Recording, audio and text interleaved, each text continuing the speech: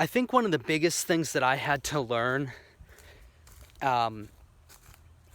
was so many mix engineers in my life that I would talk to would always say, like, easy does it. It doesn't take a lot.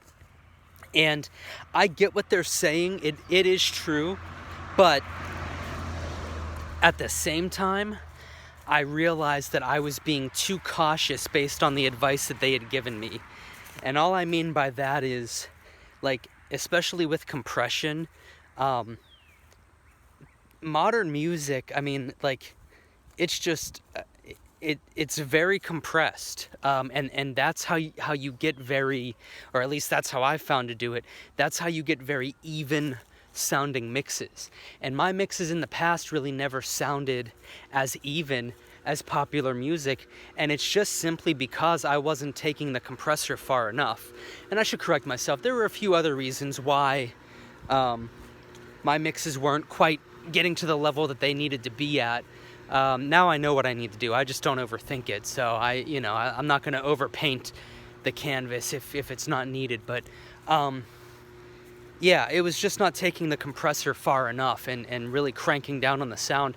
And I hate to say that because it's very it's very broad strokes advice. It's probably going to drive a lot of people nuts and maybe even get some hate comments. But crank down on that stuff. And what I came to find that was really helpful, which I talk about this in my 30-day power production course power production course, is the idea of basically there's like kind of 4, and really you could even experiment with like 5 mainstays on almost every track, and really even almost 6. EQ for sure. And I do not overkill it on the EQ. I mean, it's mostly just to kind of clean up the bottom end on most of the tracks that aren't in the bass range. One compressor to catch the peaks, another compressor to kind of do overall, like what I like to call kind of average or like body compression, just to kind of add some beef to it. So one's catching the peak, so it's not out of control for when you go to master it. And also going back to what we said earlier with getting a good mix where, like, my mixes always sounded like things were more lively, which to my ear I liked. But the problem is the market didn't mix that way. So other mixes sounded more compressed. Mine sounded more lively, but I really wasn't getting any traction with that. And then even aside from that, it's just not what the market was doing. So I really didn't have any answers when I came to somebody saying to me, hey man, do you think you could mix something down and make it sound like this or that? I could mix it down, but I didn't know how to do it the way that, kind of a commercial song would be. So yeah, EQ to clean up the bottom end, roughly speaking. Compressor to catch the peaks, so fast attack, fast release, just catching the very top of it. Kind of a more medium compressor that kind of digs into the sound, but has a slower attack, and maybe like a medium release. And saturation, not overkilling it on the saturation, but definitely some saturation. That will help with the peaks as well, which for me, at least, in my mind, at least right now, I'm thinking mastering, so it's very helpful for mastering. And then also utility. It's not your normal stuff that you would think, but like utility is great. Mono it out, take some sounds and mono them. It cleans up your mix instantly. Or take some sounds and just either let them be in the stereo field as they are, and then the other stuff that you mono out, you'll see that there's nice contrast. Or take stuff and make it wider. There's a nice setting, a nice preset on utility that's called sides only, and there's another one called wide, and those can be very helpful just to fill out the mix and get it going. Layers are super helpful too.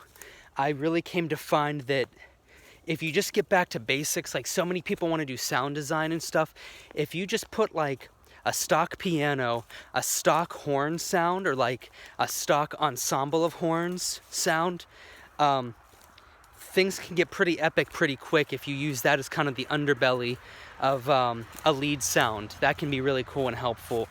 And then the only other thing I could kind of say to wrap up this video is be careful with too much reverb.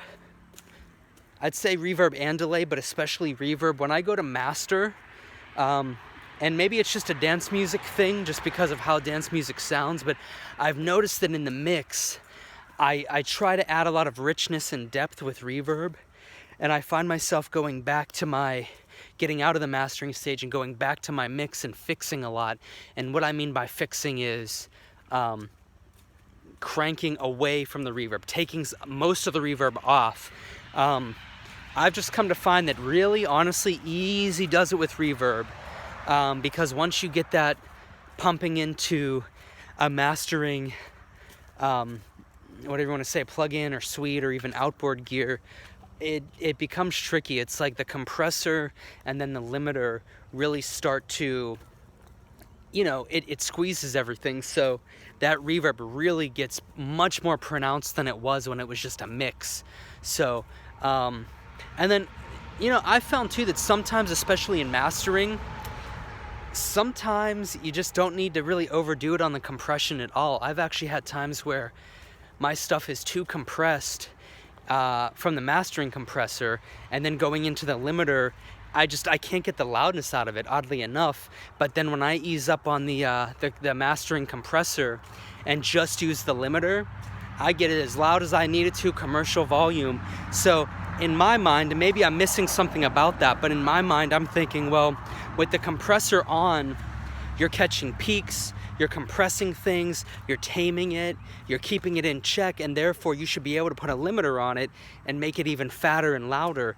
But I just haven't found that to be the case. There's been many times where I shut the compressor off, and even though that means it's going to be a little bit more dynamic, the limiter handles it very well, and it's fine. I get it louder than I would with the compressor. So, couple of random thoughts while on my walk today. Hope you guys have a good one. I'll talk to you soon.